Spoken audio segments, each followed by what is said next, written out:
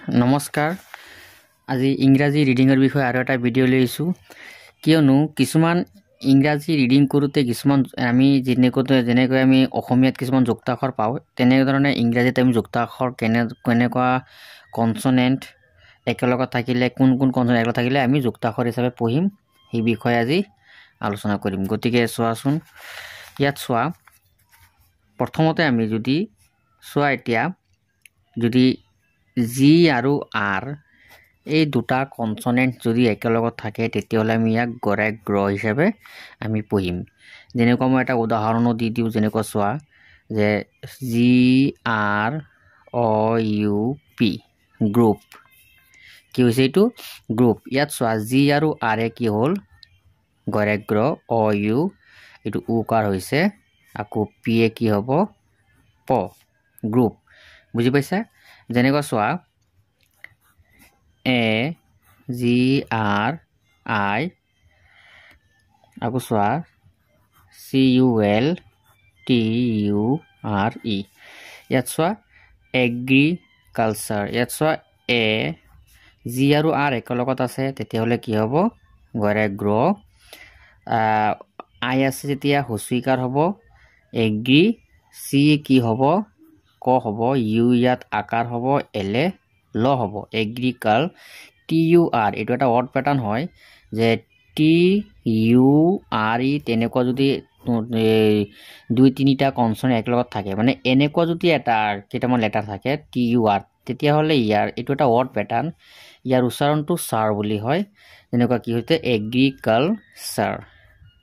হল এইটো এটা word pattern এইখিনি এটা ওয়াৰ্ড প্যাটাৰ্ন টি হ ইয়াত চোৱা তাৰপিছত চোৱা যে এস আৰু টি যদি একেলগত থাকে তেতিয়াহলে এইটো কেনেধৰণৰ যুক্তাক্ষৰ হ'ব চোৱা এস টি এ সদায় হটেষ্ট হয় ইয়াত চোৱা এস টো দন্ত্যা হ মানে এস টো ইয়াত হ বুলি উচ্চাৰণ হোৱা নাই স্বৰ দৰে উচ্চাৰণ হৈছে আৰু যুক্তাক্ষৰত দন্ত্যা হটো স হিচাপে উচ্চাৰণ হয় তেতিয়াহলে এস আৰু টি কি হ'ল এতিয়া হটেষ্ট যেনেকুৱা মই এটা উদাহৰণ দিছো চোৱা S T U D student হল ইয়াত চোৱা এস টি কি হল হটেষ্ট হল ইউ আকাৰ ডি কি হৈছে মদিনা ড ই আই ই একাৰ এন টি নট এন্টো ইয়াত চোৱা আৰু এটা আমি দেখিলো যে এন আৰু টি দুটা একেলগত থাকিলেও নট এন্টোৰ দৰে সাউন্ড আহে এইটো নট এন্টো যুক্তাক্ষৰটো কি হ'ব নট এন্টো হ'ব যেনেকৈ এন এ ন হয় টি এটো নট এন্টো বুজি পাইছা এতিয়া চোৱা যদি আৰু এটা উদাহৰণ চোৱা যেনেকুৱা এস টি এ আৰ ষ্টাৰ হল এতিয়া চোৱা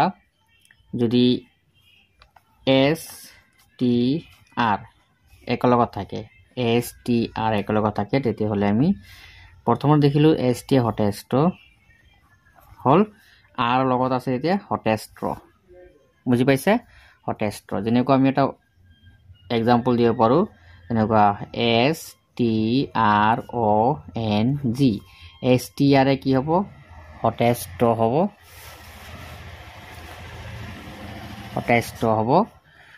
এস টি আৰ এ হটেষ্ট হ'ব অ ইয়াত সাইলেন্ট থাকিব এন জি আৰু ইয়াতো চোৱা এন আৰু জি এন জি একেলগে থাকিলে উংগ বা উনিচং হয় মই উনিচং দি দিলো হল কি হৈছে এতিয়া ষ্ট্ৰং কি হৈছে এতিয়া ষ্ট্ৰং এতিয়া চোৱা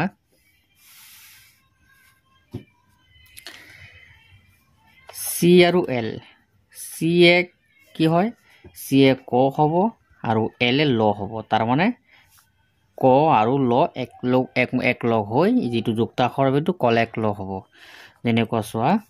ইয়াৰ পৰা আমি কি লিখিব পাৰো চি এল এ কলেক ল এ ডবল এছ ক্লাছ কি হ'ল এইটো ক্লাছ এতিয়া চোৱা যেনেকুৱা আৰু এটা লিখিব পাৰা চি এল এ পি ক্লেপ হল আৰু চোৱা যে পি আৰু L P A p L L তেতিয়াহলে কি হ'ব এইটো পলেপ ল আমি যুক্তাক্ষৰ আমি অসমীয়াত এতিয়া চোৱা যে আমি যি ইংৰাজী আমি যিবোৰ লেটাৰ পাওঁ আমাৰ যি 26টা লেটাৰ থাকে তাৰ ভিতৰত আমি জানো যে ইয়াৰ ভিতৰতে কিছুমান কনসনেন্ট আৰু কিছুমান ভাৱেল থাকে তাৰ মানে 5টা থাকে ভাৱেল আৰু 21টা থাকে কনসনেন্ট এই 21টা যে কনসনেন্ট থাকে এইটোই ক খৰ দৰে মানে ব্যঞ্জন বৰ্ণৰ দৰে উচ্চাৰণ হয় আৰু যি পাঁচটা ভাৱেল থাকে সেই পাঁচটা ভাৱেলবোৰ স্বৰবৰ্ণ মানে অ আৰ দৰে উচ্চাৰণ হয় বুজি পাইছা আৰু যিবোৰ স্বৰবৰ্ণ দৰে উচ্চাৰণ হ'ব মানে যিবোৰ ভাৱেল হ'ব সেই ভাৱেল কিটা কিন্তু আকৌ যুক্তাক্ষৰ হিচাপে গঠন নহ'ব যেনেকুৱা আমি ইয়াত তেনেকুৱা এ ই আই অ ইউ এই পাঁচটা কিন্তু কেতিয়াও যুক্তাক্ষৰ হিচাপে নহয় যুক্তাক্ষৰ হিচাপে গঠন নহ'ব খালি কনসনেন্ট কেইটাহে যুক্তাক্ষৰ হিচাপে গঠন হ'ব তাৰ ভিতৰতো কিছুমান নহয় যেনেকুৱা চোৱা ইয়াত ডব্লিউ যিটো কনসনেন্ট এইটো যুক্তাক্ষৰ হিচাপে কেতিয়াও নলবা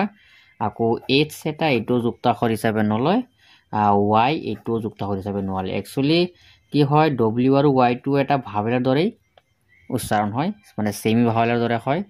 সেমি ভাৱেল মানে এতিয়া ধৰা কনসনেন্ট আৰু ভাৱেল দুয়োটাৰে কাম কৰে এইটো কাৰণে ডব্লিউ আৰু ৱাই কি কয় সেমি ভাৱেল বুলি কয় আমি আৰু কিছুমান যুক্তাক্ষৰ চাওঁ আহাচোন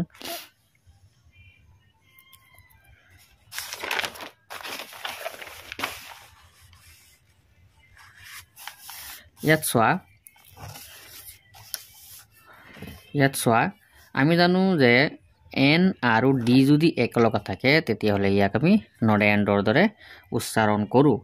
বুজি পাইছা যদি এন আৰু ডি যদি একেলগে থাকে তেতিয়াহ'লে আমি নড এণ্ড হিচাপে লিখোঁ যেনেকুৱা এতিয়া চোৱা আগতো মই তোমাক দিছিলোঁ যেনেকুৱা চোৱা ইয়াত এল অ এন ডি অ এন লণ্ডন এতিয়া চোৱা এল এ ল অ এ হ'ব এন ডি ইয়াত কি হ'ব নড এণ্ড হৈ যাব এন ডি একেলগত আছে কাৰণে এন আৰু ডি নড এণ্ড হ'ল তেতিয়াহ'লে এইটো কি হৈ গ'ল লণ্ডন যেনেকুৱা চোৱা kind K I N D kind N D A node and হৈছে হ'ল আৰু কিছুমান চোৱা আৰু এটা ইয়াত টি আই অ এইটো এটা ৱৰ্ড পেটাৰ্ণৰ দৰে চাউণ্ড হয় মানে এটা ৱৰ্ড পেটাৰ্ণেই হয় এইটো ইয়াৰ যিটো উচ্চাৰণ হ'ব এইটো স্বৰ দৰে হয় যেনেকুৱা তালিকা স্বৰ দৰে উচ্চাৰণটো হয় যেনেকুৱা ইয়াৰ এটা উদাহৰণ চোৱা যেনেকুৱা N A T I O' N ইয়াত চোৱা টি আই অ' এন তাৰমানে ইয়াৰ পৰা এইখিনি হৈ যাব কি স আকৌ ইয়াত ন এন চন আকৌ ইয়াত এন আছে প্ৰথমতে কি হ'ব ন এইটো এটা ভিচিবিৰ দৰে চাউণ্ড আহিব এইটো কাৰণে নেই হ'ব হ'ল nation N A T I O' N চন মানে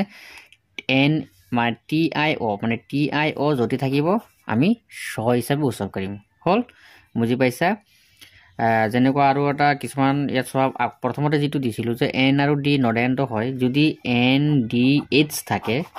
তেতিয়াহ'লে আকৌ ইয়াৰ উচ্চাৰণটো নড এণ্ডৰ দৰেহে হ'ব নড এণ্ড ডাঙৰ হ'ল তেতিয়াহ'লে আমি এই নড এণ্ডটো ক'ত লিখোঁ যেনেকুৱা চোৱা আমি যেতিয়া গান্ধী লিখোঁ জি এ এন তাৰপিছত চোৱা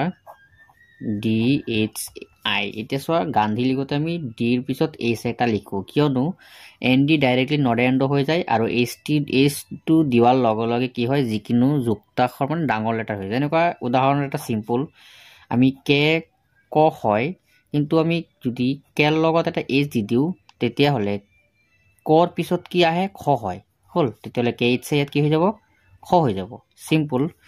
যেনেকুৱা চোৱা চি এ বেছিভাগ কি হয় ক হয় কিন্তু চিৰ লগত এটা এইচ দি দিয়ে 90% চি এ প্ৰথম চ হৈ যাব মানে বুজি পাইছেনে কথাটো তাৰমানে এটা যিটো আগৰ বৰ্ণটো যিটো হয় তাৰ পিছৰ বৰ্ণ এটা লেটাৰ এটা বৰ্ণ পাৰ হৈ যায় এইটো তাত কাম নকৰে অৱশ্যে কিন্তু ইয়াত চোৱা যেনেকুৱা ডি কি হ'ব মদিনাৰ ড